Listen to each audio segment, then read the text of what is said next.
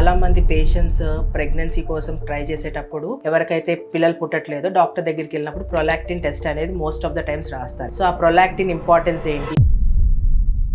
So prolactin అనే hormone normal గా మనకి బ్రెయిన్ నుంచి రిలీజ్ అవుతుంది. ఇది main thing milk production hormone అన్నమాట. ఎవరైతే ఆడవాళ్ళు బేబీస్ కి మిల్క్ అనేది ఇస్తారో వాళ్ళలో ఈ ప్రొలాక్టిన్ అనే హార్మోన్ కొద్దిగా హైలోనే ఉంటుంది. సో నార్మల్ ప్రొలాక్టిన్ లెవెల్స్ వచ్చేసి 5 నుంచి 25 mg/ml అన్నమాట. సో ఈ రేంజ్ లో ఉంటే నార్మల్. ఓకే, దానికన్నా ఎక్కువ ఉంటే అబ్నార్మల్ కింద తీసుకోవచ్చు. నార్మల్గా ఇది ఎవరికి చేపిస్తామంటే ఎవరికైతే ఇర్రెగ్యులర్ పీరియడ్స్ లేదంటే చాలా రోజులు పీరియడ్స్ రావట్లేదు, లేదు అంటే బ్రెస్ట్ నుంచి ఏదైనా డిశ్చార్జ్ వస్తున్నా కూడా ఎన్ని రోజులు ట్రై చేసినా వాళ్ళకి ప్రెగ్నెన్సీ అనేది రాకపోవటం వల్ల కానీ, ఏదైనా హెడ్ ఏక్స్ అనేది ఎక్కువగా రావటం, విజన్ ప్రాబ్లమ్స్ ఏదన్నా ఉన్నా కూడా అలాంటి వాళ్ళకి prolactin test and PCOD patients కూడా ఎక్కువగా ప్రొలాక్టిన్ టెస్ట్ అనేది చేస్తామండి.